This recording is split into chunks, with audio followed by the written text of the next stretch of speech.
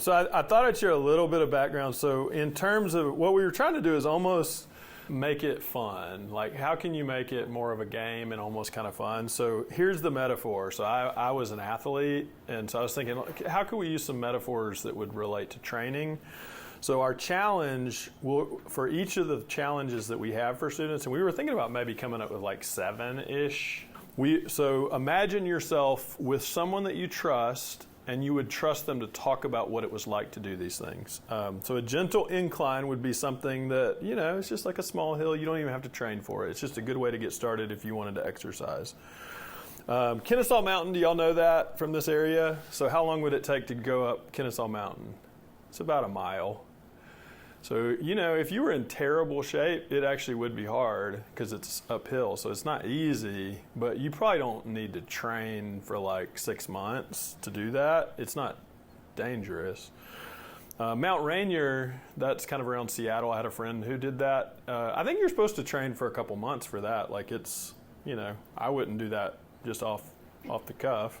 And then what do y'all think I picked for the biggest challenge? Mount Everest. And I did an AI search where I was like, as a 45-year-old, 44-year-old, ex-athlete, how, give me a training plan. And I was surprised it actually said I could do it. It was going to take 6 months or whatever. But the other thing is, I was thinking about how do you gamify this?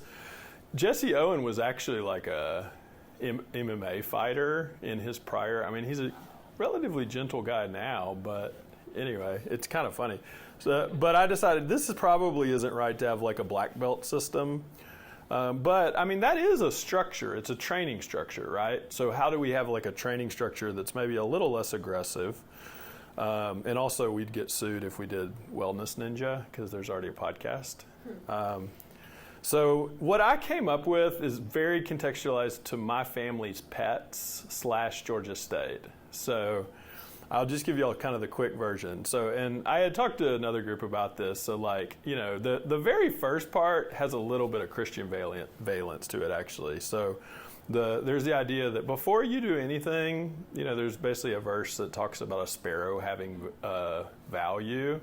So it's like, in my view, all of you have more value as a human than even a sparrow, and a sparrow has moral consideration.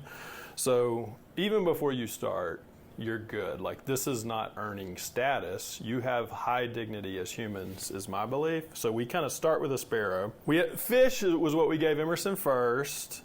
And then a cat, nothing against cats, but, cat is the next step up in our family. Curleen is allergic to cats, so that's the main reason, that's not super high on our list. Bunny's what we just got. So we actually lost a dog about 8 years ago that was like a beloved pet. And this is kind of us getting back into pets. And also my son is allergic to dogs. So Adam, who's the 12-year-old.